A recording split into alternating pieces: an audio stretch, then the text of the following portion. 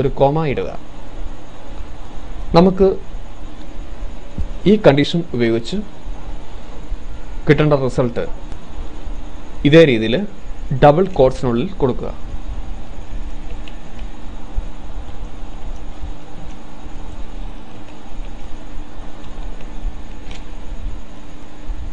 അതിനുശേഷം വീണ്ടും ഒരു കോമ ഇടുക. ഇവിടെ നോക്കുക, നമ്മൾ കൊടുത്തിരിക്കുന്ന function argument average greater than or equal to 80 ആണെങ്കിൽ നമുക്ക് കിട്ടുന്ന റിസൾട്ട് ഡിസ്റ്റിങ്ഷൻ. അതുപോലെ തന്നെ അടുത്ത ഫംഗ്ഷൻ ആർഗ്യുമെന്റ് ഈഫിന്റെ സഹായത്തോടെ കൊടുക്കുക.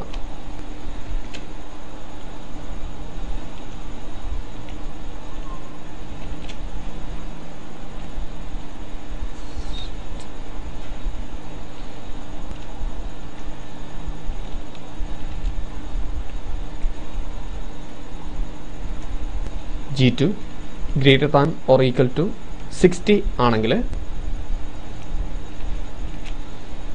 നമുക്ക് കിട്ടേണ്ട റിസൾട്ട് ഫസ്റ്റ് ക്ലാസ് ആയിട്ട് അസൈൻ ചെയ്യുക.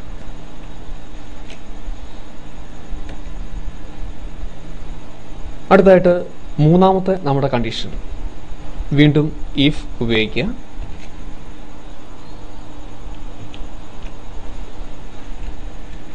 G2 greater than or equal to 50 ആണെങ്കിൽ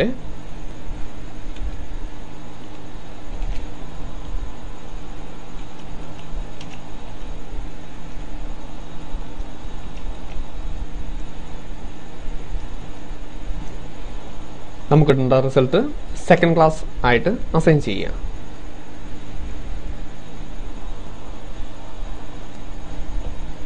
അടുത്തായിട്ട് if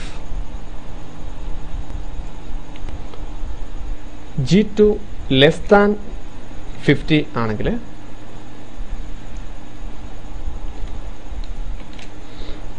നമുക്ക് കിട്ടുന്ന റിസൾട്ട് ഫെയിൽഡ് ആയതായിട്ട് അസൈൻ ചെയ്യുക.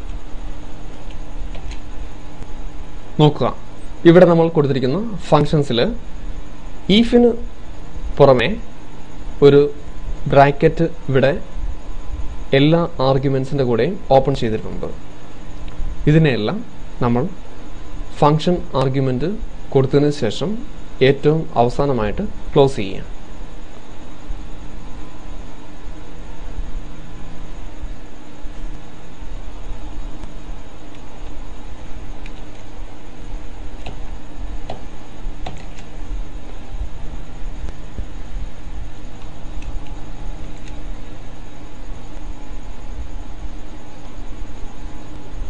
ഇതേപോലെയാണ് ഫോർമുല ബാറിൽ നമ്മൾ ഫംഗ്ഷൻ ആർഗ്യുമെന്റ് ഡയറക്റ്റ് ആയിട്ട് അപ്ലൈ ചെയ്യുന്നത്.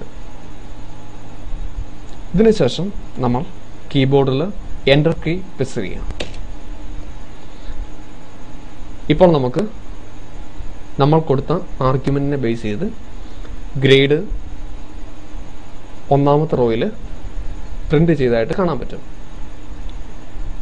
ഇതിനെ നമ്മൾ താഴേക്ക് ഓട്ടോ ഫിൽ ചെയ്യിക്കുക. നോക്കുക, നമ്മൾ കൊടുത്ത argument പ്രകാരമാണോ grade print ചെയ്തിരിക്കുന്നതെന്ന്.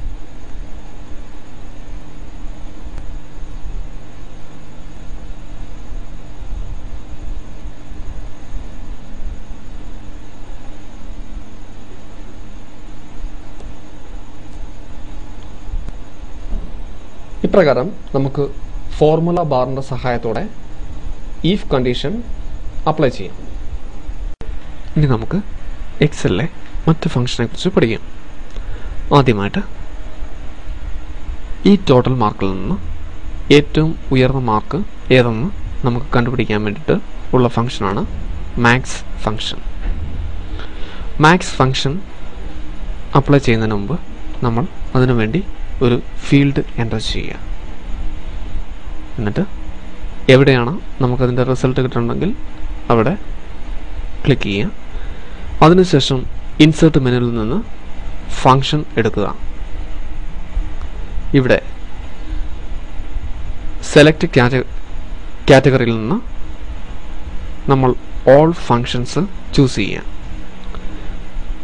All functions represent ചെയ്യുന്നത് ഈ കാണുന്ന സെപ്പറേറ്റ് ഫങ്ഷൻസിലുള്ള എല്ലാവിധ ഫങ്ഷൻസും ഉൾപ്പെടുന്നതാണ് ഓൾ ഫങ്ഷൻസ്. ഇവിടെ നിന്ന് നമ്മൾ മാക്സ് എന്ന് പറയുന്ന ഫങ്ഷൻ സെർച്ച് ചെയ്യാം. ഇതിനായിട്ട് എളുപ്പത്തിൽ നമുക്ക് കണ്ടുപിടിക്കാൻ കീബോർഡിൽ M എന്ന് പറയുന്ന ലെറ്റർ ടൈപ്പ് ചെയ്യാം.